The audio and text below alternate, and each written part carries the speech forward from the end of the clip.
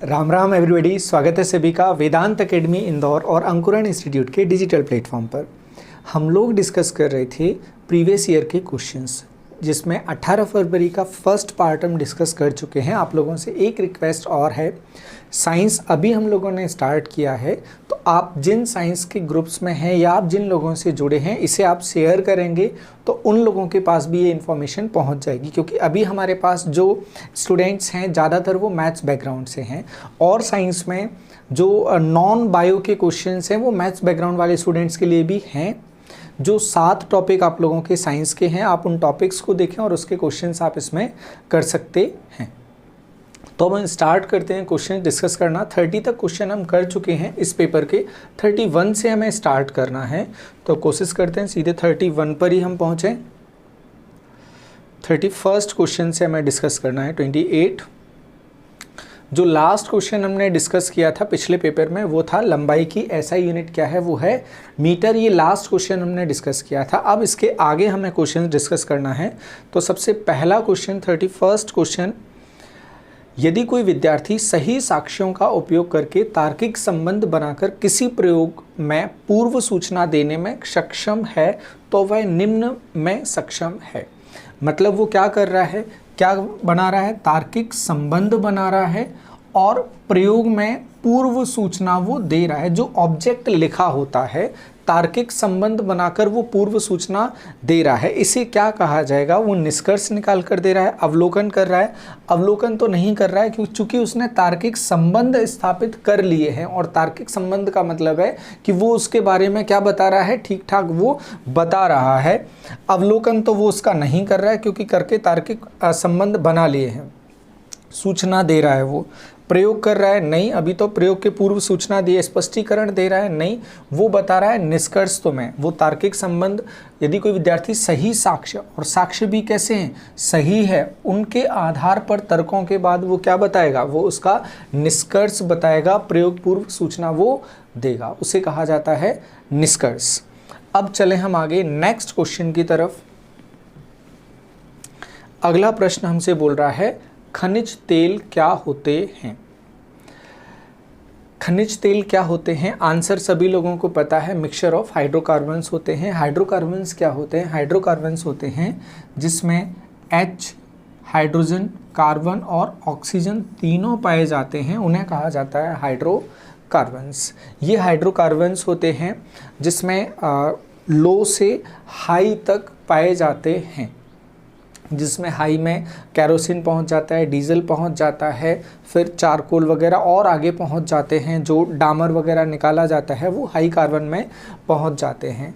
Glycolipids क्या होते हैं, एक टर्म यहाँ पर आया है, ग्लाइकोलिपिड का एक मिश्रण, लिपिड और खनिजों का एक मिश्रण, पानी और तेल का मिश्रण। ये तो छोड़ो, खनिज तेल जो खोदकर तेल निकाले जाते हैं उसमें पानी तेल के साथ में नहीं लेकर चलेंगे, वो हाइड्रोकार्बन का एक मिश्रण होता है, जिसे फिर अलग किया जाता है। जो शोधन फैक्ट्रीज़ हैं, तेल शोधन जो फैक्ट्रीज़ हैं, वहाँ उनको अलग किया जाता है। वापस आते हैं हम लिपिड और जो ग्लाइकोलिपिड है उनके बारे में थोड़ा सा देख लेते हैं। लिपिड्स क्या होते हैं, लिपिड्स होते हैं अघुलनशील पदार्थ होते हैं। लिपिड्स जो तेल और वसा से बने हुए होते हैं, जो जल में अघुलनशील होते हैं।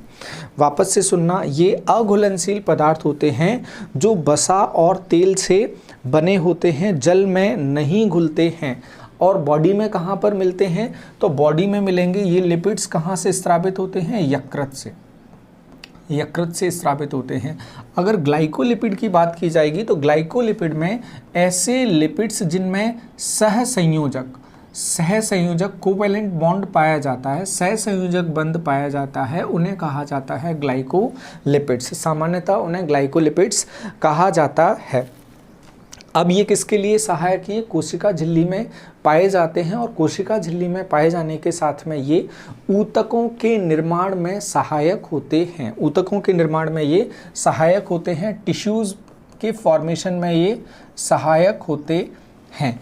और इनके बारे में क्या याद रख सकते हो, ये यूकेरियोटिक कोशिकाओं की कोशिका झिल्ली में ये देखने को मिलते हैं। यूकेरियोटिक कोशिकाओं की जो मैच्योर्ड कोशिकाएं होती हैं उसकी कोशिका झिल्ली में ये देखने को मिलते हैं ग्लाइकोलिपिड्स। होते ये भी लिपिड हैं, लेकिन जहाँ सहसंयोजक बंध पाया जाएगा सामान्यतः उन्हें कहा जाता है ग्लाइकोलिपिड्स। अपने लिए इतनी इन्फॉर्मेशन सफिशिएंट है। अब चलते हैं हम आगे। आंसर तो हमारा पहले ही टिक हो गया था, अब हम आगे चलें। अगला क्वेश्चन है हमारा। अगले क्वेश्चन में हमसे बोल रहा है यदि ध्वनि की आवृत्ति मतलब frequency, find the if it's frequency, ये f दे रहा है हमें 2.5 kilo hertz. f 2.5 kilo hertz का मतलब किलो तो हम हटा ही दें, किलो की जगह 1000 आएगा, तो ये बोल रहा है 2500 हर्ट्ज। रिपीटेशन इसका, आवृत्ति, तरंग दैर्घ्य कितनी, तरंग की लंबाई कितनी, तरंग दैर्घ्य दे रहा है, लैम्डा दे रहा है वो 20 सेंटीमीटर। इसको भी अपन को मीटर में लिखना पड़ेगा, लास्ट क्वेश्चन ही देखा था। तीसवा ऐसा यूनिट में चलेगा, 0.2 मीटर है, उसे 5 किलोमीटर की यात्रा करने में कितना समय लगेगा। अब समय तो हम बाद में निकालें, पहले तो हम इसकी वेलोसिटी तो निकाल लें। वेलोसिटी कैसे निकालेंगे, जो हमें रिलेशन पता होता है वो कौन सा रिलेशन पता होता है, वो हमें फ्रीक्वेंसी का पता होता है। Frequency is equal to 1 time interval. आवर्तकाल, आवर्तकाल क्या होता है, आवर्तकाल होता है lambda upon V. Time is equal to lambda upon V होता है। तो लैम्डा मतलब क्या होता है, इसका तरंग दैर्घ्य, तरंग दैर्घ्य कितना दे रहा है हमें, अब इसको देख लेते हैं हम। v इज इक्वल टू क्या हो जाएगा, लैम्डा इंटू एफ। लैम्डा कितना दे रहा है हमें, 0.2 दे रहा है, और f कितना दे रहा है हमें, 2500 दे रहा है। 1 0 हट जाएगा, ये कितना आ जाएगा 500। यूनिट क्या आएगी, किस में चल रहा है, मिनट और मीटर, और ये सेकंड में, मीटर और सेकंड में। ये आ गया हमारे पास वेलोसिटी कि ये जो तरंग सिग्नल है, ध्वनि है, ये किस स्पीड में जा रहा है, 500 मीटर प्रति सेकंड के हिसाब से ये चल रहा है। अब 500 मीटर प्रति सेकंड के हिसाब से 5 किलोमीटर चलना है, 1 सेकंड में कितना चल रहा है, 500 मीटर। या यूं देखें हम, 500 मीटर चलने के लिए ले रहा है 1 सेकंड। टाइम ही तो निकालना है हमें, क्या निकालना है, 5 किलोमीटर मतलब 5000 मीटर, 5000 मीटर मतलब 1 0 और बढ़ा दो, 5 किलोमीटर मतलब 5000 मीटर, 1 0 और बढ़ा दिया, टाइम कितना आ गया, 10 सेकंड इसको लगेगा। 10 सेकंड हमारा आंसर होगा ऑप्शन नंबर सी। बस ध्यान रखना है, frequency is equal to 1 upon time interval. और टाइम क्या होगा, ये आवर्तकाल क्या होगा, आवर्तकाल होगा लैम्डा अपॉन वी। तो लैम्डा अपॉन वी से हमने वी निकाला, यहाँ इंटू किया लैम्डा एफ, और ये दोनों दिए थे, 500 आ गया, 500 से सॉल्व कर लिया हमने, टाइम निकाल लिया। उम्मीद है ये भी समझ आ गया होगा आपको। नेक्स्ट क्वेश्चन नीम से रिलेटेड है। नेक्स्ट क्वेश्चन नीम से रिलेटेड है। नीम के पत्तों और इसकी टहनियों का उपयोग दंत मंजन पेस्ट के उत्पादन में किया जाता है। इसमें उपलब्ध दांतों की सड़न को रोकने वाले तत्व की पहचान करें। जो लीव्स एंड इट्स ट्विग्स, जो पत्ती और ट्विग्स मतलब होता है जहाँ से फुटान होता है, बिल्कुल बाहर वाला जो पार्ट होता है, उसका उपयोग दंतून के रूप में किया जाता है। दंतून के रूप में इसलिए किया जाता है क्योंकि ये कुछ क्षारीय होता है, और क्षारीय का मतलब होता है ये कैसा होता है, अल्कली होता है। ये अल्कली होता है, जिससे क्या होगा, दांतों के सड़न को रोकने वाले तत्वों में ये सहायक होता है, क्षार होता है। तो अम्ल को ये क्या करता है, जो अम्लीय नेचर होता है उसे ये हटा देता है, इसलिए। और जो इसका पीएच रहता है, यहाँ जो पीएच रहता है वो अप्रॉक्स 7.4 के आसपास रहता है नीम के इसका। और बाकी एल्कली के तौर पर देखा जाएगा, क्षार के अलावा देखा जाएगा तो फिर वो सब्सटेंसेस पाए जाते हैं, तत्व यहाँ पर लिख दिया है उनने, एल्कली पाया जाता है, क्षारीय मटेरियल पाया जाता है। अब रिसर्च में देखा जा रहा है कि इसका जो यूज़ है वो कैंसर के लिए भी आगे होने वाला है, खासतौर से ब्रेस्ट कैंसर के लिए इसका रिसर्च अभी प्रेजेंट में चल रहा है, नीम का उसमें यूज़ करने का। तो अभी हमारे लिए फ़िलहाल के लिए यही है कि सड़न से बचाने के लिए उसका क्षारीयपन 7.4 काम आता है, तो आंसर बनेगा एल्कली। अगला क्वेश्चन कैंसिल हो गया, लेकिन हम देखते हैं क्वेश्चन, क्योंकि क्वेश्चन मेहनत करके बनाया था। एक अकार्बनिक अम्ल नहीं है। अब कार्बनिक अम्ल और अकार्बनिक अम्ल, यहाँ देखो, यहाँ क्या लिखा है, अकार्बनिक अम्ल, और यहाँ क्या लिखा है, ऑर्गेनिक कार्बनिक अम्ल। तो पूरे क्वेश्चन को तबाह कर दिया, नष्ट कर दिया। और हमने पहले भी देखा है कि ऐसा ये पहले भी कर चुके हैं, तो हमें इनसे ज़्यादा मतलब नहीं है। इनने ऑप्शन दिए थे oxalic acid, acetic acid, formic acid और कार्बनिक अम्ल। तो आंसर दे रहा था वो कार्बनिक अम्ल। कार्बनिक अम्ल का अगर फॉर्मूले पर जाएंगे तो क्या होता है कार्बनिक अम्ल? H2CO3। फॉर्मिक एसिड कहाँ पाया जाता है? फॉर्मिक एसिड पाया जाता है चींटी के डंक में। चींटी के काटने पर फॉर्मिक एसिड का स्त्रावण होता है। एसिटिक एसिड क्या होता है? सिरका क्या होता है? सिरका होता है CH3COOH, ये होता है सिरका। फिर उसके बाद आता है ऑक्जेलिक अम्ल। ऑक्जेलिक अम्ल क्या होता है? ऑक्जेलिक अम्ल होगा C2H4 शायद C2H2O4 यही होता है। एक बार इसको कंफर्म कर लेना, H4O4 है, यही है। और ये सभी क्या है? कार्बनिक अम्ल हैं। ये सभी कार्बनिक अम्ल हैं। तो ये क्वेश्चन लगभग पूरी तरह से क्या हो जाता है? गलत हो जाता है, क्योंकि कार्बन, हाइड्रोजन, ऑक्सीजन से सभी मिलकर बने हुए हैं। और क्वेश्चन को यहाँ भी गलत कर लिया। तो इस क्वेश्चन का तो बनता ही था कि इसको पूरी तरह से हटा दिया जाए। बहुत मुश्किल से क्वेश्चंस तैयार किए जाते हैं, और आप ये मानकर चलो ये लगभग सभी नए क्वेश्चंस हैं और अच्छे क्वेश्चंस हैं। चलो नए क्वेश्चन, अगले क्वेश्चन की तरफ चलते हैं। ये देखो एक और अच्छा सा क्वेश्चन, लेकिन ये कैंसिल हो गया। समझते हैं, अच्छा क्वेश्चन है। कैंसिल क्यों हो गया पहले ये देख लेते हैं। F = x × mv/1 + y। F = x × mv/1 + y। इसलिए एग्जामिनर ने इसको कैंसिल कर दिया। हिंदी में क्वेश्चन अधूरे ही लिखा था और उसके बाद बोल दिया था कि इस संबंध में x और y के डायमेंशंस बताने, विमाएँ बताने हैं, डायमेंशंस बताने हैं, विमाएँ बतानी थी। अब देखो यहाँ समझना, आपको तो आंसर करना सीखना है, यहाँ से सीखना है एग्जामिनर ने कितना अच्छा क्वेश्चन बनाया था। एक क्या है? एक की विमा क्या होती है? कोई भी एम्पलीट्यूड अगर है, यहाँ पर एक तो गिनती के तौर पर लिखा है, 1 2 5 कुछ भी होता तो उसके साथ में कोई भी यूनिट तो है नहीं। यूनिट नहीं है तो ये यूनिट लेस है, और यूनिट लेस को हमेशा किस में जोड़ा जाता है? एक यूनिट लेस में जोड़ा जाता है। अगर दो चीज़ें जुड़ रही हैं, दो मात्राएं जुड़ रही हैं, तो उनकी विमाएं हमेशा एक जैसी होंगी। ऐसा कभी नहीं होगा कि आप 5 किलोमीटर में 5 सेकंड को जोड़ दोगे और 10 सेकंड बोल दोगे या 10 किलोमीटर बोल दोगे, ऐसा नहीं होगा। यूनिट उनकी एक ही होगी, तभी आप उनको जोड़ पाओगे। तो यहाँ पर दोनों की यूनिट क्या है? एक। और दोनों की एक यूनिट होने का मतलब है दोनों कैसी हैं? विमाहीन। तो सेकंड वाला विमाहीन है, सॉरी y, हाँ y विमाहीन है। ये हटा दो, ये हटा दो। आंसर तो अपने पास आ ही गया, डायमेंशनलेस, विमाहीन, आयामहीन, डायमेंशनलेस है। अब चलते हैं दूसरे पर। F = क्या होता है? ma होता है त्वरण। यहाँ x लिया है, इनटू में क्या लिया है? डॉट ले लेते हैं यहाँ पर, into dot m × v। m से m को काट दिया, त्वरण, ये आ गया त्वरण। त्वरण क्या होता है? वेग परिवर्तन की दर। वेग चेंज होगा टाइम के साथ में। ये लिया है x और ये v, v से v कैंसिल। x = क्या होगा? टाइम इनवर्स, और टाइम इनवर्स यहाँ पर लिया है। इस तरह से हम सॉल्व कर सकते थे इसकी डायमेंशन। अब चलते हैं एक कैंसल्ड क्वेश्चन के बाद। अगला क्वेश्चन फिर से कैंसल्ड है, लेकिन अपन समझते हैं क्या दिया था, और ये इस तरह के क्वेश्चंस आपसे पूछे जा सकते हैं। निम्नलिखित विकल्पों में समस्थानिक, समस्थानिक का मतलब होता है आइसोटॉप्स, आइसोटॉप्स, और यहाँ क्या लिख रहा है? आइसोटोन, मतलब सम न्यूट्रॉनिक, सम न्यूट्रॉनिक।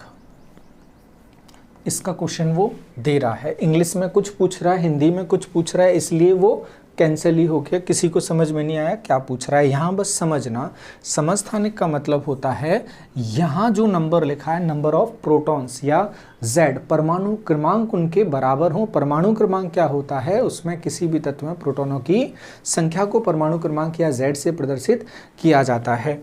अब 7 और 8 इनके परमाणु क्रमांक बराबर नहीं है, ये समस्थानिक नहीं है। 8 और 8 इनके परमाणु क्रमांक बराबर हैं, ये समस्थानिक हैं, इनको समस्थानिक कहा जाएगा। इसके हिसाब से ये हिंदी के हिसाब से आंसर हो जाएगा।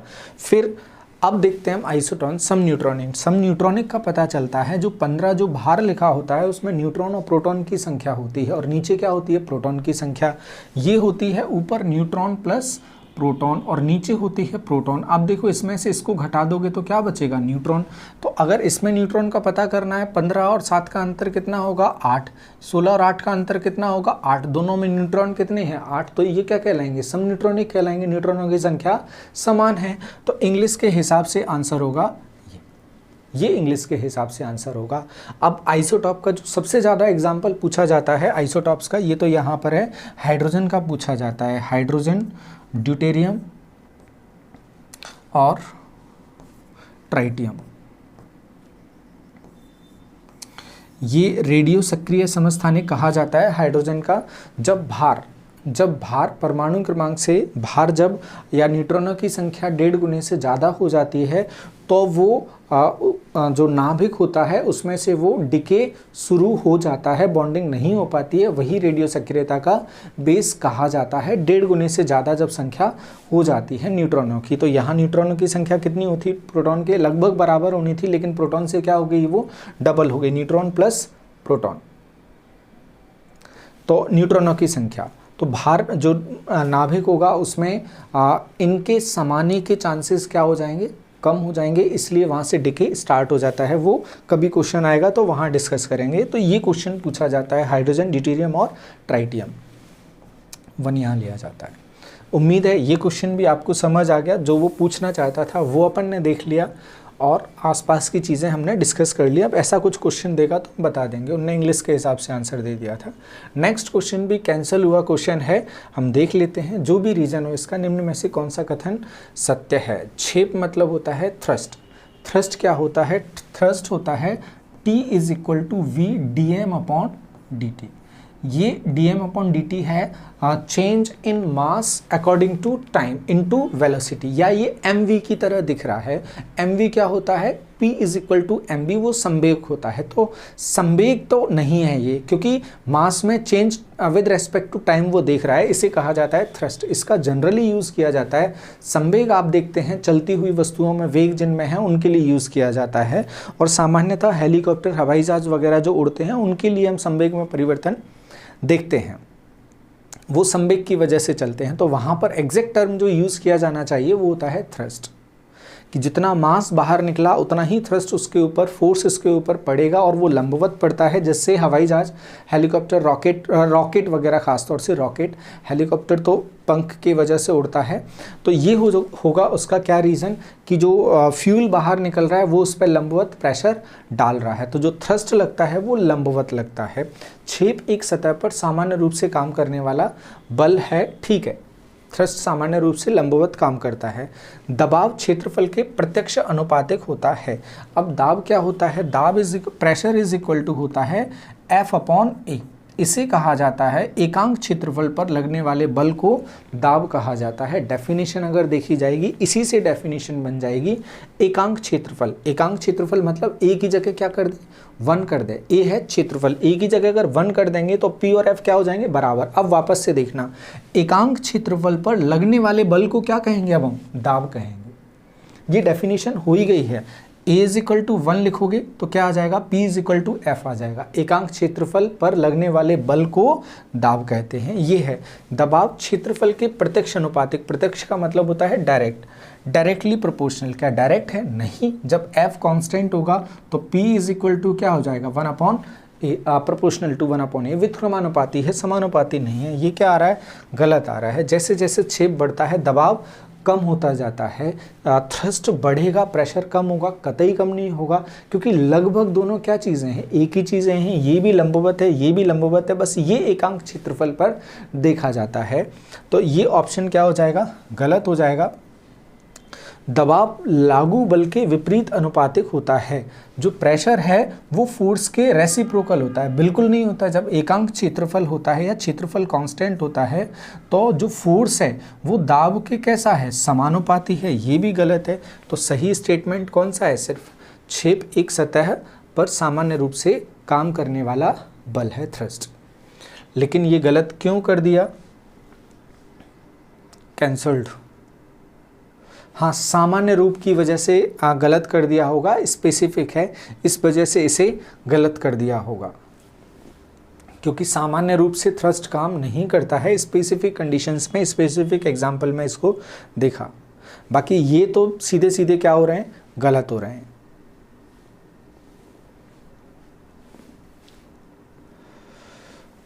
ठीक, अब चलते हैं 39। एक बस 72 किलोमीटर प्रति घंटे की गति से चल रही है, इसकी गति को मीटर प्रति सेकंड में बताओ। A bus is moving with a speed of 72 kilometre per hour, convert its speed into metre per second. 72 को मीटर पर सेकंड में बदलने के लिए किलोमीटर ऊपर है, किलोमीटर को मीटर में बदलने के लिए 1000 से गुणा, और नीचे घंटे हैं, घंटे को मिनट में बदला, मिनट से सेकंड में बदला। ये 6 6 36, 36 से काटोगे ये 2 बार कट जाएगा, आ जाएगा कितना, 20 मीटर पर सेकेंड।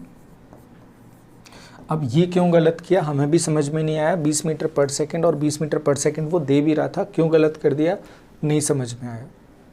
हो सकता है ज़्यादा पिटिशंस लगा दी हूँ, गलत कर दिया है। इवन ये MPPSC में भी देखा है, नंबर ऑफ स्टूडेंट किसी क्वेश्चन पे ऑब्जेक्ट ज़्यादा कर देते हैं, वो गलत कर देते हैं। किलोमीटर प्रति घंटे से बदलना 5/18 शायद सभी स्टूडेंट्स को पता है ऐसा।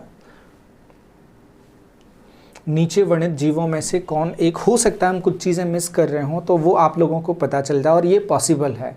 और हम वैसे ही बोल चुके हैं कई बार कि हम भगवान नहीं, हम देवता नहीं है, गलतियाँ पॉसिबल है। तो हो सकता है उनकी गलतियाँ जो ऊपर क्वेश्चन से आपको पता चल जाए, पर जो चीज़ें समझाने की है हम वही कोशिश कर रहे हैं कि वो आप तक पहुँचा पाएँ।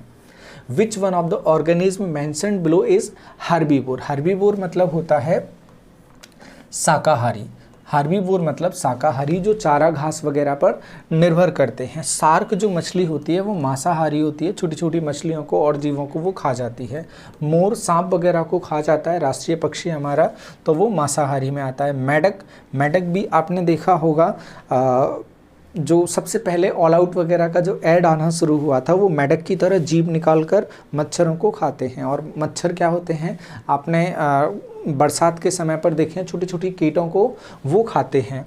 चूहों को रिसेंट में देखा गया है कि वो मांसाहारी भी होते हैं, मांस जो होता है उसको भी वो खाते हैं, कुतरने लगते हैं। कुतरना वो रोडेंट्स इनको कहा जाता है, कुतरने वाले कहा जाता है, लेकिन ये भी मांसाहारी हैं।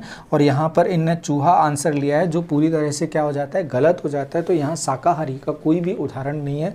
शाकाहारी के उदाहरण में क्या आ जाता है, जो टिड्डे वगैरह हैं, घास वगैरह पर जो पूरी तरह से निर्भर करते हैं, वो हो जाते हैं। हिरण हो जाती है, गाय हो जाती है, भैंस हो जाती हैं। और जो हिरण प्रजाति के जितने भी जीव हैं, बकरी वगैरह हैं, जिनमें एक दांत जो तालुब बोलते हैं, एक तालुब पाया जाता है, वो सभी हो जाते हैं, वो मांस को नहीं चबा सकते हैं। तो वो सभी शाकाहारी की श्रेणी में आते हैं, जो घास वगैरह को खाते हैं। खरगोश वगैरह उसी श्रेणी में शामिल हो जाते हैं। तो यहाँ ऐसा कोई एग्जाम्पल नहीं दिया, इसलिए क्वेश्चन कैंसिल हो गया। अब चलते हैं क्वेश्चन नंबर 41। फिर से एक कैंसल्ड क्वेश्चन है, लेकिन हमें तो जो समझना है वो समझना ही है। N2 3H2 2NH3 निम्नलिखित में से कौन सा कारक निम्नलिखित अभिक्रिया के साम्य संतुलन के परिणाम को बदल देता है।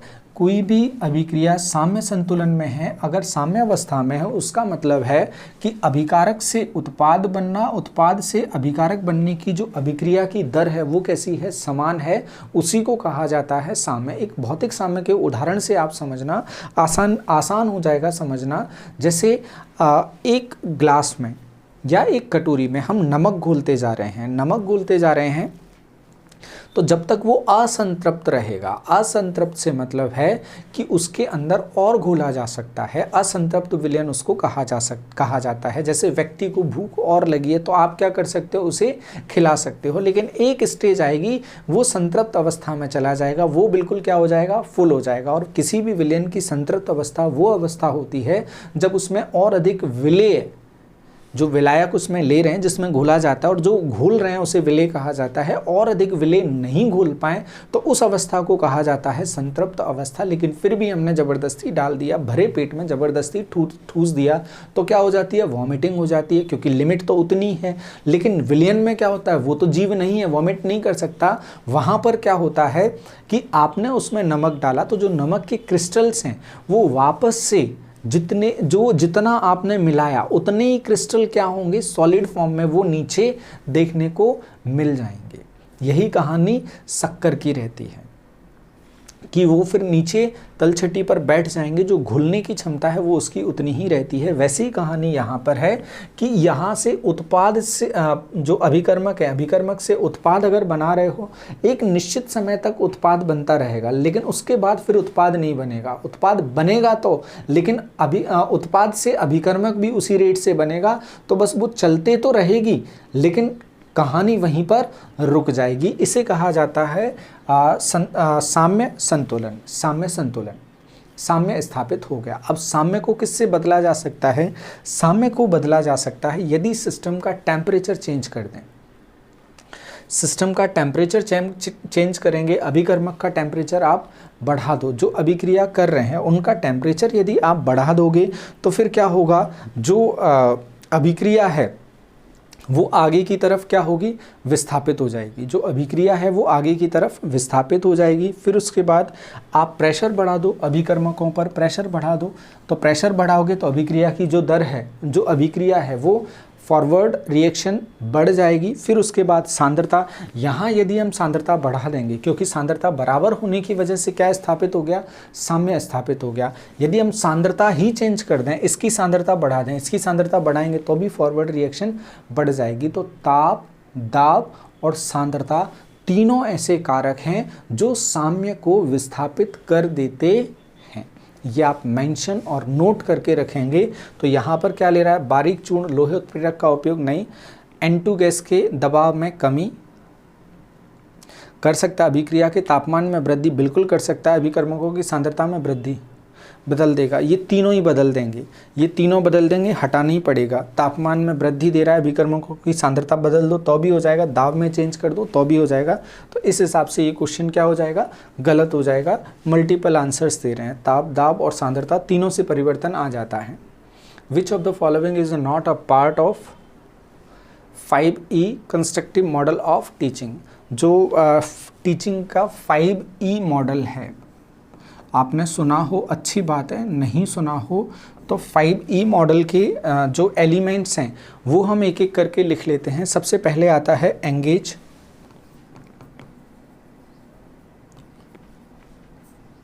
फिर उसके बाद आता है एंगेज के बाद एक्सप्लेन, एक्सप्लोर,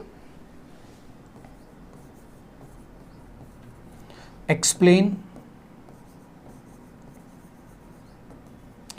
एलाबोरेट और इवेल्युएट।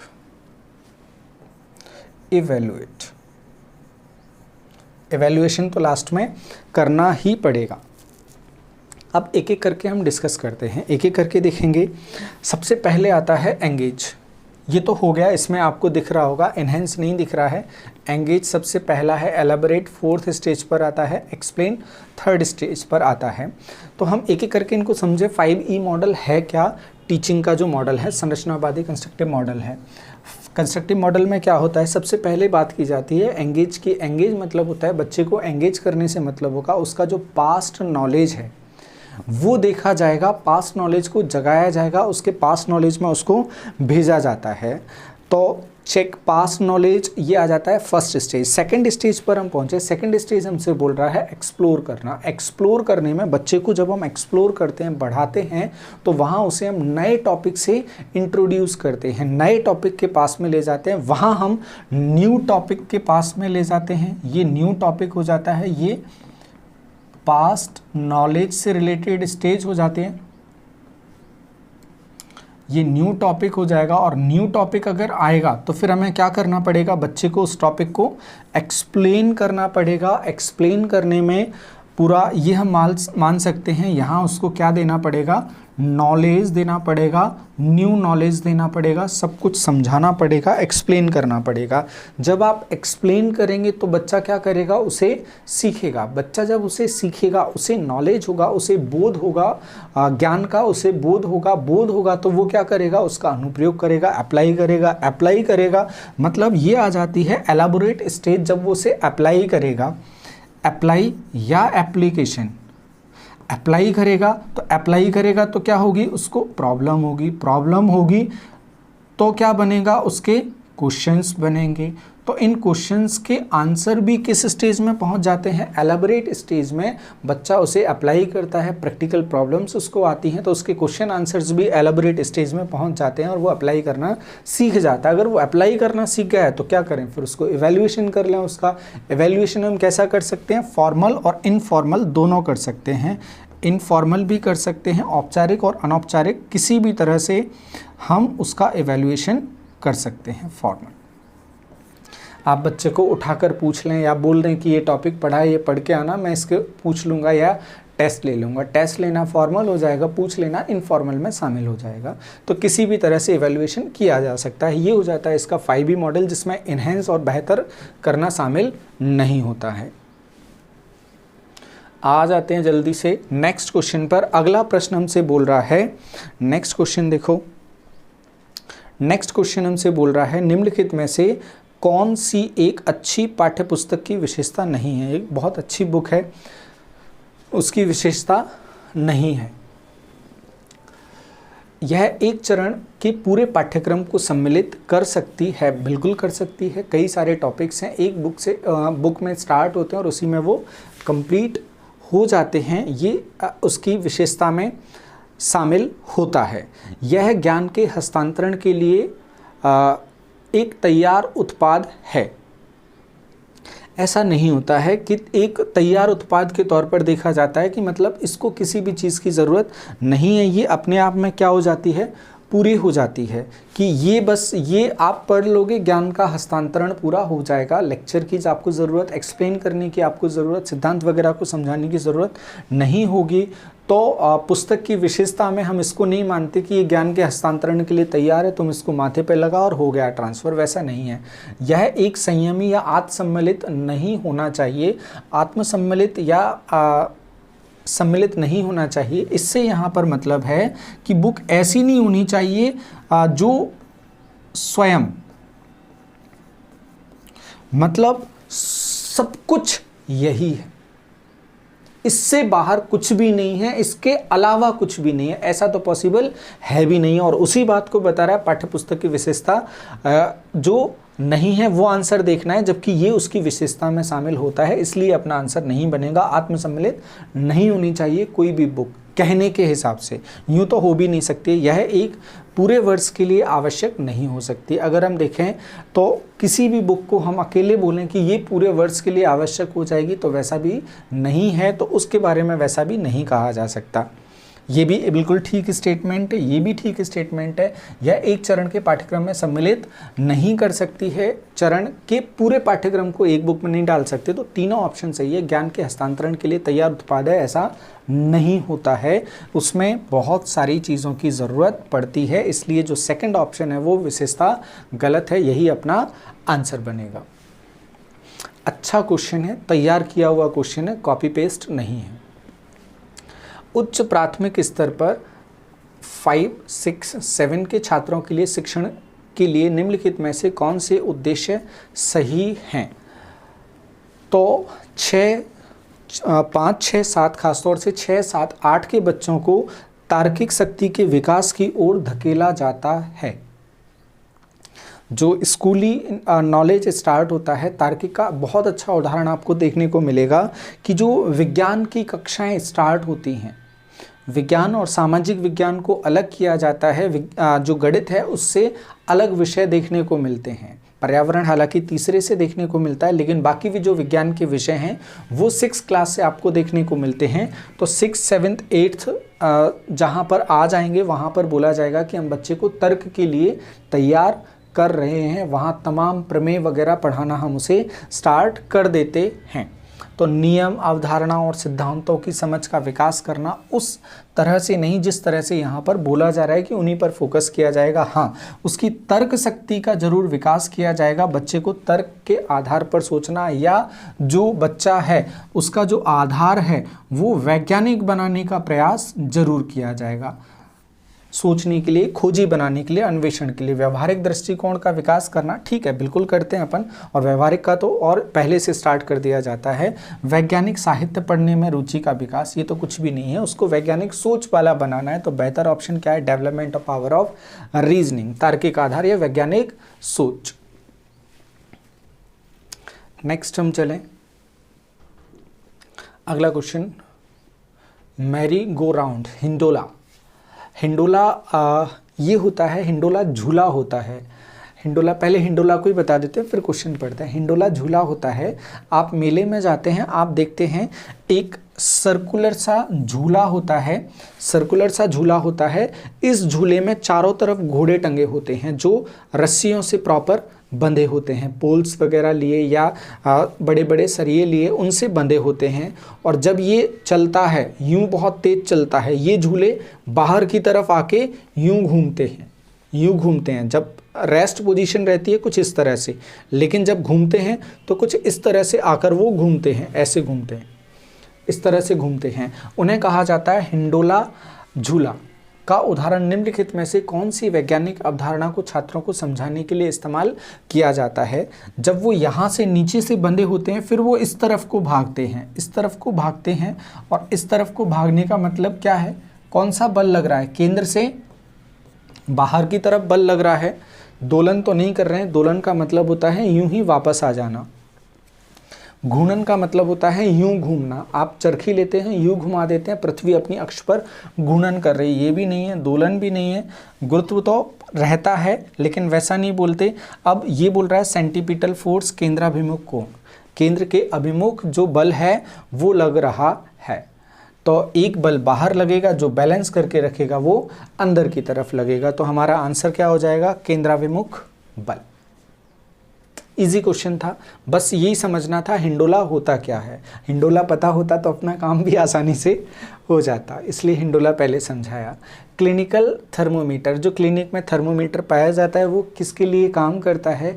हमारा टेम्परेचर निकालने के लिए। डॉक्टर ले जाके हमारे मुंह में डाल देते हैं। क्लिनिक में प्रयुक्त रसायनों का नहीं, क्लिनिक के बाहर का तापमान, क्लिनिक के अंदर का तापमान, मनुष्य के शरीर का तापमान बताने के लिए। इस पर कोई बात नहीं करनी हमें। What is the duration of kharif crop? Kharif की फसल कब लगाई जाती है? खरीफ की फसल, रबी और खरीफ सामान्यतः 2 सीज़न लिए जाते हैं। जो खरीफ की फसल है वो जून में, अपने यहाँ पर मानसून आता है जून में, तो जून मानसून के साथ में स्टार्ट होती है और अक्टूबर तक वो ली जाती है। दिवाली के आसपास वो फसल आ जाती है जिसमें चावल वगैरह मुख्य फसल के तौर पर जाने जाते हैं, सोयाबीन वगैरह लिए जाते हैं। फिर पानी गिर जाता है, सोयाबीन को प्रॉब्लम हो जाता है। फिर उसके बाद इसे कहा जाता है खरीफ, ये है खरीफ। और रबी कब आ जाता है? रबी आ जाता है अक्टूबर के आसपास से ही रबी आ जाता है, अक्टूबर नवंबर से आ जाता है और ये जाता है मार्च के आसपास तक। मार्च में चैत्र आ जाता है और चैत्र, मार्च में चैत्र कटने के बाद गांव में बोला जाता है क्या काम चल रहा है? चैत्र कटाई चल रही है, चैत्र की कटाई चल रही है। चैत कहा जाता है गांव में, चैत की कटाई चल रही है। जो गेहूं वगैरह लगाए जाते हैं वो ठंड का सीज़न होता है। और इसके बाद आ जाता है हिंदू नववर्ष, आ जाता है रबी की फसल काटने के बाद। तो ये कुछ कैलेंडर का है, तो आप लोग इसको भी ध्यान रखेंगे, हो सकता है अगली बार ये देखने को मिल जाए। चलते हम अगले प्रश्न की तरफ। एक वस्तु एक परिपत्र पथ पर 30 सेकंड में 120 परिक्रमण कर रही है। 30 सेकंड में 120 परिक्रमण कर रही है। और एक परिक्रमण को क्या कहा जाता है? उसकी, एक परिक्रमण को क्या कहा जाता है? उसकी आवृत्ति या आवर्तकाल। एक परिक्रमण को कहा जाता है उसका आवर्तकाल। तो आवृत्ति। फ्रीक्वेंसी उसकी देखें, फ्रीक्वेंसी मतलब होता है कितने रिपीटेशन वो ले रहा है एक सेकंड में। तो 30 सेकंड में 120, तो फ्रीक्वेंसी जब हम देखने जाएंगे, एक सेकंड में जब हम देखने जाएंगे तो एक सेकंड में कितने चक्कर मार रहा है वो? 4 चक्कर मार रहा है। इसी को कहा जाता है फ्रीक्वेंसी 4 हर्ट्ज। फ्रीक्वेंसी मतलब होता है चक्कर का लगाना। फ्रीक्वेंसी कितनी फ्रीक्वेंटली वो रिपीट हो रहा है। इस अवधि के लिए इसकी आवृत्ति का अनुपात, इस अवधि के लिए या इसके साथ इसकी आवृत्ति, ये फ्रीक्वेंसी है।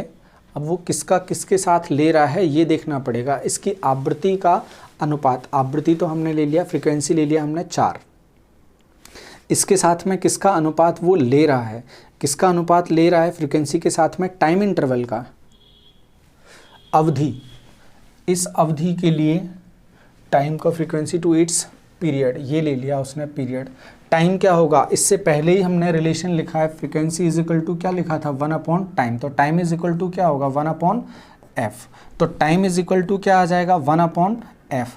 किसके साथ रेशियो देख रहा है, हालांकि हिंदी और इंग्लिश में क्वेश्चन बहुत अजीब सा लग रहा है। फ्रीक्वेंसी का रेशियो किसके साथ देख रहा है, टू इट्स पीरियड। फ्रीक्वेंसी कितना, 4, और इसका जो टाइम पीरियड लेंगे, इट्स पीरियड लेंगे, तो वो आ जाएगा 1/4। इसे उल्टा करेंगे, 4 गुणा 4/1, ये हो जाएगा 16⁻1।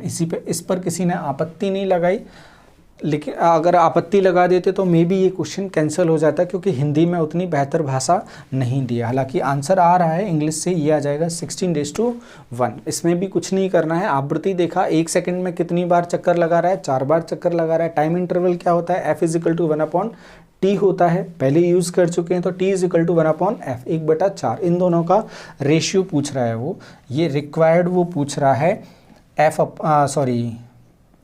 Upon T. f आया 4 और t आया 1/4, ये हो जाएगा 16⁻1। 16⁻1 ऑप्शन नंबर सी। अब चलते हैं नेक्स्ट क्वेश्चन की तरफ। क्वेश्चन नंबर 49, बुलेट पर लगने वाला बल जब हवा से आगे की ओर बढ़ता है।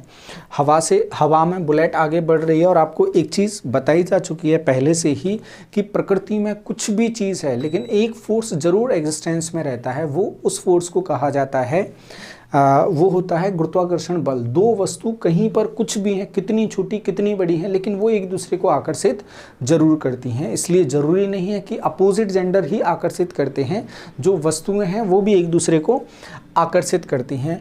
तो बंदूक के कारण उस पर बल लगेगा, गोली तो चलेगी, बंदूक तो पीछे रहेगी। अब थोड़ी वो उसको डराएगी कि उस पर फोर्स लगेगा। ऐसा थोड़ी है कि बच्चा है, स्कूल गया, उसको अभी भी मम्मी की पिटाई का डर है कि वो बहुत मारती हैं अगर कपड़े गंदे कर लिए तो वैसा इसमें कुछ भी नहीं है। अकेले गुरुत्वाकर्षण बल अकेला तो नहीं लगेगा गुरुत्वाकर्षण बल, क्योंकि गुरुत्वाकर्षण अकेला लगता है वो नीचे जाती, सामने क्यों जा रही है वो। गुरुत्वाकर्षण बल और घर्षण बल, गुरुत्वाकर्षण बल लग रहा है, घर्षण बल लग रहा है, उसमें गतिज ऊर्जा भी है तो उसको इग्नोर किया जा रहा है। अकेले घर्षण तो नहीं, गुरुत्वाकर्षण तो जरूर रहेगा, घर्षण उसमें लग रहा है। वो जो घिसते जा रही है, गोली का गर्म होना है, किसी भी ऑब्जेक्ट पर जाकर वो अंदर घुस जाती है। और कई मूवीज़ वगैरह में आप लोगों ने देखा होगा, जब गोली, बंदूक की गोली अंदर घुसती है वहाँ पर धुआं निकलता हुआ दिखाई देता है। वो धुआं कहाँ से आया, वो गर्मी कहाँ से आई, वो गर्मी आती है जब बंदूक की गोली, जो बुलेट होती है, हवा में चलती है। तो जो हवा में पार्टिकल्स होते हैं, धूल वगैरह के जो कण होते हैं, उनसे वो फ्रिक्शन करती है, जिससे उसमें गर्मी पैदा होती है, ऑब्जेक्ट पर टकराती है बहुत गर्मी के साथ में। और फ्रिक्शन की वजह से जिन लोगों ने बंदूक चलाई होगी वो इस बात को बहुत अच्छे से समझते हैं कि जब 1-2 राउंड लगातार फायर करते हैं तो कुछ बंदूक चिपकने लगती हैं। जो पहले बंदूक आती थी वो चिपकने लगती थी, और उस पर हाथ अगर रख दिया आपने तो बहुत तेज चिपकता है हाथ बंदूक चलाने के बाद। हाँ, हम ग्वालियर से बिलोंग करते हैं तो हमारे लिए ये जो एक्सपीरियंस है ये आम है। तो उसमें जो गर्मी आई, हीट जनरेट हुआ, वो किसकी वजह से होता है, वो होता है गोली के फ्रिक्शन की वजह से। जो बंदूक की नाल होती है वो बहुत गर्म हो जाती है, या 2-4 राउंड लगातार फायर करते हैं तो वो उसमें नाल में चिपकने लगता है। तो ये होता है, फ्रिक्शन हमेशा रहेगा और यहाँ पर गुरुत्वाकर्षण उसमें रहेगा। तो आंसर बनेगा अपना ग्रेविटेशन एंड फ्रिक्शन। अब चलते हैं हम आगे। ग्रेविटेशन तो आप मान लो, ग्रेविटेशन पर यह भी क्वेश्चन पूछा जा सकता है, प्रकृति में जितने बल पाए जाते हैं सबसे दुर्बल बल कौन सा होता है, ग्रेविटेशनल फोर्स होता है। सबसे प्रबल बल कौन सा होता है, नाभिकीय बल होता है। बाकी उसके बीच में एग्जिस्ट करते हैं। Expanding and cooling of hot air result. गर्म हवा का विस्तार, गर्म हवा का विस्तार से अच्छा एग्जाम्पल लें प्रेशर कुकर। प्रेशर कुकर, जो गर्म हवा होती है वो क्या चाहती है, फैलना चाहती है, इसीलिए तो प्रेशर कुकर में सीटी आती है लगातार चालू करने से। गर्म हवा का प्रसार, गर्म हवा का प्रसार मतलब वो क्या हो जाएगी, भाप हो जाएगी, और भाप को ठंडा करोगे, भाप को ठंडा करोगे तो क्या हो जाएगा, पानी हो जाएगा। ये तो वही बात है जैसे समुद्र के ऊपर से जो भाप उड़ी वो कहीं भी जाके पानी में कब कन्वर्ट होती है, कब कन्वर्ट होती है, जब क्या हो जाए, संघनन हो जाए, कंडेंसेशन हो जाए। इस पर हम बात कर चुके हैं, इसको हम समझा चुके हैं। जो पिछला लेक्चर था सीटेट का, जहाँ पेपर डिस्कस किया था साइंस का, वहाँ हम समझा चुके हैं कंडेंसेशन को अच्छे से। तो वो कंडेंसेशन पढ़ लेना, और हमें नहीं लगता इनमें और आपको ज़्यादा समझाने की ज़रूरत पड़ेगी। ओजोन द्वारा अवशोषित विकिरण है। अल्ट्रावायलेट रेज, ये भी आपको समझाने की ज़रूरत नहीं पड़ेगी। ओजोन का जो मुख्य फंक्शन होता है पृथ्वी को परावैंगनी किरणों से बचाना होता है। नेक्स्ट, एक शिक्षक व्याख्या देते हैं कि प्रयोगों के दौरान एक से अधिक विधियों का उपयोग करके परिणामों को सत्यापित किया जा सकता है। इससे वैज्ञानिक स्वभाव की कौन सी विशेषता का बोध होता है? जैसे फिर से एग्जाम्पल लेते हैं इसका, और ये जो हम बार बार ना एक ही चीज़ के लिए अलग अलग एग्जाम्पल ले रहे हैं, जैसे फ्रिक्शन को देखें, हाथ रगड़ते हैं तो फ्रिक्शन, बंदूक का एग्जाम्पल दिया, गोली का एग्जाम्पल दिया, और एग्जाम्पल लेकर हमने उसमें आपको कन्विंस किया। और कई सारे क्वेश्चंस हैं जिसमें एक से अधिक एग्जाम्पल लेकर हम आपको कन्विंस करने की कोशिश करते हैं, तो उसे बोला क्या जाता है? उसे बोला जाता है गहन चिंतन, क्रिटिकल थिंकिंग। जब हम एक बात को अनेक उदाहरणों और नियमों के आधार पर सिद्ध करते हैं, वो क्रिटिकल थिंकिंग कहलाता है। अब आप समझ लेना, आपको क्रिटिकल थिंकिंग से पढ़ाया जाता है, गहन चिंतन से आपको पढ़ाया जाता है। ओपन माइंडनेस तो बहुत कुछ ठीक नहीं लग रहा है। रेस्पेक्ट फॉर एविडेंस, ये कोई बात होती है साइंस में? लॉजिकल थिंकिंग, हाँ लॉजिकल थिंकिंग ठीक है, पर जो हम अलग अलग तर्क ले रहे हैं, वो जो अलग अलग आधार ले रहे हैं, वो तो तर्क के आधार पर ले रहे हैं, लेकिन उसके लिए पर्टिकुलर टर्म यूज़ किया जाता है, टेक्निकल टर्म है उसके लिए, गहन चिंतन। ये गहन चिंतन की डेफिनेशन में ही आ जाता है। जब हम किसी ज्ञान को अनेक आधारों पर ग्रहण करते हैं तो उसे गहन चिंतन कहा जाता है, अनेक तार्किक आधारों पर। नेक्स्ट क्वेश्चन, दूरदृष्टि दोष, ये दोनों चीज़ें इसमें आ गई। निकट दृष्टि दोष, मायोपिया हमने पढ़ाई दिया, और हाइपर मेट्रोपिया फिर आ गया ये। तो दूरदृष्टि दोष अगर है तो दूरदृष्टि दोष का मतलब क्या है? दूर का दिखाई देगा, पास का दिखाई नहीं देगा। क्यों नहीं दिखाई देगा? इसलिए नहीं दिखाई देगा, पास में जो ऑब्जेक्ट रखा है उसका जो प्रतिबिंब बन रहा है वो कहाँ बन रहा है? वो बन रहा है आँख के पीछे, आँख के पीछे बन रहा है, आँख के पीछे बन रहा है। अब हम क्या चाहते हैं? वो आँख के पहले बने। आँख के पहले बने मतलब किरणें क्या हों? अपसरित हों, अभिसरित हों, मतलब इकट्ठी हों, अभिसरित हों। तो फिर हमें लेंस कौन सा यूज़ करना पड़ेगा? लेंस हमें यूज़ करना पड़ेगा उत्तल लेंस, कॉन्वेक्स लेंस हमें यूज़ करना पड़ेगा। जो नेचर में कैसा होता है? प्लस का नंबर, जिसे प्लस का चश्मा कहा जाता है वो लगेगा, उत्तल लगेगा, पॉजिटिव कहा जाता है, प्रतिबिंब रेटिना के पीछे बनेगा। ये इन्फॉर्मेशन आप लोगों से पूछी जा सकती है या कूट के फॉर्म में किसी भी तरह से दी जा सकती है। कहाँ बन रहा है यही पूछ लिया, इसमें रेटिना के कहाँ बन रहा है? पीछे बन रहा है। तो पहले ही अपना आंसर हो जाएगा किसका? दूरदृष्टि दोष का। यही क्वेश्चन और कुछ बनाएगा तो उन्हीं में से एक आध क्वेश्चन वो बना लेगा। ग्लूकोज आमतौर पर शारीरिक रूप से कमज़ोर मरीज को दिया जाता है। वह पर्याप्त जल नहीं पी पा रहा होता है, ठीक है। इससे निर्जलीकरण को रोका जा सकता है, ठीक है। यह सरलता से ऊर्जा के लिए अवशोषित हो जाता है। तो ग्लूकोज दे रहे हैं, ग्लूकोज का मतलब ही होता है कि उसको क्या दी जा रही है? ऊर्जा दी जा रही है, जो उसको सीधे सीधे प्राप्त हो जाएगी, वो चल लेगा। ऐसे तमाम डॉक्टर हैं जिनको कुछ आता हो नहीं आता हो, लेकिन मरीज आया, बुखार वाला मरीज, उससे बोला जाता है तुम एक काम करो, लेटो, तुम बहुत कमज़ोर हो गए, उसको लगाई ग्लूकोज की ड्रिप, उसको थोड़ी सी एनर्जी आई तो उसे ठीक फील होता है। एक्चुअली में बीमारी का मतलब ही ये होता है कि जब व्यक्ति बीमार होता है तो उसके जो ऑर्गन्स हैं, उसकी जो बॉडी है, वो बॉडी खुद को रेस्ट देना चाहती है, क्योंकि वो बीमारी से, जो ऑर्गन्स हैं वो बीमारी से लड़ना चाहते हैं। और हमें लगती है थकावट लगेगी तो हम आराम करेंगे, हमारा काम हो जाएगा। ये बॉडी भी पूरा एक सिस्टम है, इस तरह से ये काम करता है। जब हमें एनर्जी मिल जाती है तो फिर हमें क्या लगता है कि अब बीमारी हट गई। एनर्जी का मतलब है जाओ काम करो, घूमो फिरो। तो वही फीलिंग यहाँ पर आ जाती है, सरलता से क्या हो जाती है? ऊर्जा अवशोषित हो जाती है। इससे वह संतुलित आहार कहाँ से मिल जाएगा? अकेला ग्लूकोज का संतुलित आहार होता है। यदि पहले माध्यम में आपतित कोण दूसरे माध्यम में अपवर्तन कोण के समान है, मतलब I इज इक्वल टू क्या है? आहार है, तो माध्यम का अपवर्तनांक mu is equal to sine I upon sine R, यही होता है। सभी को याद होगा जब दोनों एंगल बराबर हैं तो ये क्या आ जाएगा 1। 1 का मतलब क्या है, जो अपवर्तनांक में परिवर्तन है। एक माध्यम से दूसरे माध्यम में जाने पर क्या चेंज हो रहा है, कोई भी चेंज नहीं हो रहा है, मतलब माध्यम क्या है, सेम है 1।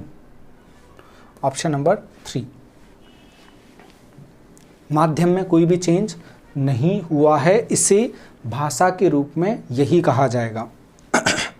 56, नीचे दिए गए पदार्थों में से कौन सा ओजोन परत के अवक्षय के लिए उत्तरदायी नहीं है। ओजोन का ये दूसरा क्वेश्चन है, 60 में से 2 क्वेश्चन ओजोन पर लिए हैं। ओजोन जब आप पढ़ने जाओगे तो यहाँ पर अमोनिया ले रहा है NH3, जो नाइट्रोजन गैस है, और NO2 हैं, ये सभी जिम्मेदार होते हैं ओजोन के फॉर्मेशन के लिए, ना कि ओजोन परत के क्षय के लिए। तो ये बिल्कुल ही अपोजिट एग्जाम्पल ले लिया है उनने, अवक्षय के लिए उत्तरदायी नहीं है, तो अमोनिया अवक्षय के लिए उत्तरदायी नहीं है, ये उसके फॉर्मेशन के काम आती है, ये उसके फॉर्मेशन में रहती है, तो अपना आंसर बनेगा अमोनिया। चलते हैं हम नेक्स्ट क्वेश्चन की तरफ। नेक्स्ट क्वेश्चन है, ग्रह कुक्कुट संबंधी पालतू पक्षी नस्ल जो विशिष्ट रूप से मांस उत्पादन के लिए पाली जाती है। कुक्कुट पालन में जो चलता है ग्रह कुक्कुट, कुक्कुट पालन मतलब मुर्गी पालन में जो पाला जाता है उसे क्या कहा जाता है, संबंधी पालतू पक्षी नस्ल, जो नस्ल का नाम पूछ रहा है, जो विशिष्ट उत्पादन के लिए पाली जाती है, तो वो पाले जाते हैं ब्रॉयलर्स पाले जाते हैं। ब्रॉयलर्स कैसे होते हैं, जो सफ़ेद रेड चोंच वगैरह रहती है, उनकी सफ़ेद रहते हैं, उनको कहा जाता है चिकन ब्रेड कहा जाता है। तेज़ी से वो बड़े होते हैं, उन्हें इंजेक्शन वगैरह दिया जाता है, इसी तरह से चिकन तैयार किया जाता है, बहुत तेज़ी से बड़े होते हैं। कई बार आपने गाड़ियों में देखा होगा, भर के ले जाते हैं, इकट्ठा काफ़ी सारा भर के ले जाते हैं, उन्हें ब्रॉयलर्स कहा जाता है। तो आप ब्रॉयलर भी बोलेंगे किसी भी शॉप पर जाकर, तब भी आपको जो वाइट कुक्कुट है वही दिया जाता है, उन्हें गृह कुक्कुट कहा जाता है या चिकन ब्रेड कहा जाता है। थर्ड लास्ट क्वेश्चन, निम्न के लिए हमेशा स्पष्ट निर्देश आवश्यक होते हैं। कौन से प्रश्नों के लिए स्पष्ट निर्देश आवश्यक होते हैं? दीर्घ के लिए तो दीर्घ उत्तरीय प्रश्न की प्रकृति से ही पता चल जाता है। फिर उसके बाद लघु उत्तरीय के लिए वही, दीर्घ के लिए भी वही, और वस्तुनिष्ठ, ठीक है, चयन प्रकार के वस्तुनिष्ठ। उपलब्ध आपूर्ति मतलब ब्लैंक प्रकार के। वस्तुनिष्ठ तो ब्लैंक है तो पता ही चल रहा है एक ही जगह खाली है।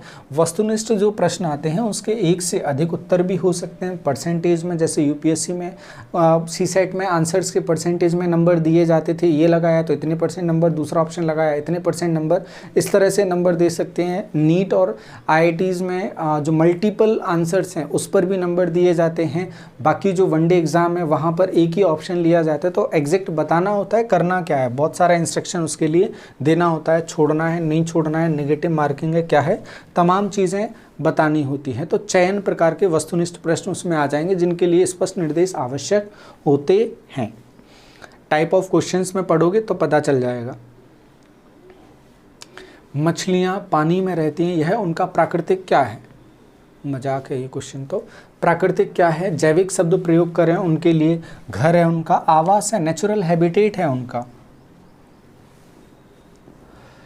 लास्ट क्वेश्चन, निम्नलिखित में से कौन सा विषय स्पष्ट रूप से विज्ञान के अंतर विषय की प्रकृति को दर्शाता है? विज्ञान की अंतर विषय की प्रकृति को दर्शाता है।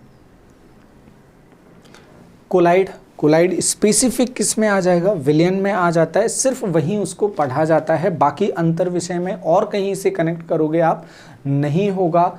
इवोल्यूशन, उद्भव, इवोल्यूशन बताना, किसी का विकास को बताना, इवोल्यूशन को बताना नहीं आएगा। क्रमादेशन मतलब उसकी प्रोग्रामिंग या उसके क्रम को समझाना नहीं। खगोल विद्या, एस्ट्रोनॉमी, और एस्ट्रोनॉमी को हम इसलिए मानकर चलते हैं क्योंकि इस धरती पर जितने भी विज्ञानों का उदय हुआ है, इवन मैथमेटिक्स को भी किसके लिए बनाया गया था? एस्ट्रोनॉमी के लिए बनाया गया था। एस्ट्रोनॉमी में मैथ्स का यूज़ होता था, तो प्योर मैथ्स एस्ट्रोनॉमी में यूज़ होता था। खगोल विद्या, इसलिए इसे कहा जाएगा स्पष्ट रूप से विज्ञान की अंतर विषय, इंटरडिसिप्लिनरी नेचर ऑफ साइंस किस में देखने को मिलता है? स्पेसिफिकली एस्ट्रोनॉमी में देखने को मिलता है, जहाँ सिर्फ साइंस है, साइंस के अलावा कुछ भी नहीं है। तो अपना आंसर बनेगा खगोल विद्या। और ये बहुत बेहतरीन और स्पेसिफिक क्वेश्चंस हो जाते हैं जिनका आंसर्स आपसे नहीं भी बनता है तो उतनी चिंता की बात नहीं है, क्योंकि आप उसे विषय में नहीं पढ़ते हैं। ये लॉजिकल क्वेश्चंस हो जाते हैं, समझ के प्रश्न हो जाते हैं। तो ये था हमारा फर्स्ट पेपर, यहाँ हमारा कंप्लीट होगा। अब हम स्टार्ट करेंगे, कोशिश करेंगे आज ही आपको इसका जो दूसरा पेपर है उसका फर्स्ट पार्ट देखने को मिले। अब इसमें से जो मैथ्स के स्टूडेंट है वो अपने पोर्शन को अलग कर सकते हैं, जो स्पेशली बायो के क्वेश्चंस हैं उनको हटाकर आप अपने क्वेश्चंस को तैयार कर सकते हैं। तो फिलहाल इस सेशन में इतना ही। जुड़े रहने के लिए बहुत बहुत धन्यवाद। कमेंट्स ज़रूर करें, बहुत अच्छा लगता है आप लोगों के कमेंट्स पढ़ना। और अगर पॉसिबल हो तो अपने दोस्तों के साथ में शेयर करो, क्योंकि हमारे पास जो साइंस बैकग्राउंड के स्टूडेंट्स हैं वो ज़्यादा नहीं हैं, जिससे हमें बहुत अच्छा लगेगा कि नंबर ऑफ़ स्टूडेंट्स देख रहे हैं, उसका फ़ायदा मिलेगा। अदरवाइज़ हमें लगता है कि नहीं, उतने स्टूडेंट्स को ज़रूरत नहीं है, हम इस पर वर्क कर रहे हैं। तो आप जहाँ जुड़े हैं, और नॉलेज का ऐसा है कि आप अगर सोचो आपका कंपटीशन बढ़ेगा, वैसा नहीं होता है। जिन्हें देखना होता है वही उसको देखते हैं। कुछ लोगों की रीच नहीं होती, बस आप रीच बढ़ाने का काम कर सकते हैं। तो फिलहाल इतना ही। बहुत बहुत धन्यवाद। राम राम सभी को।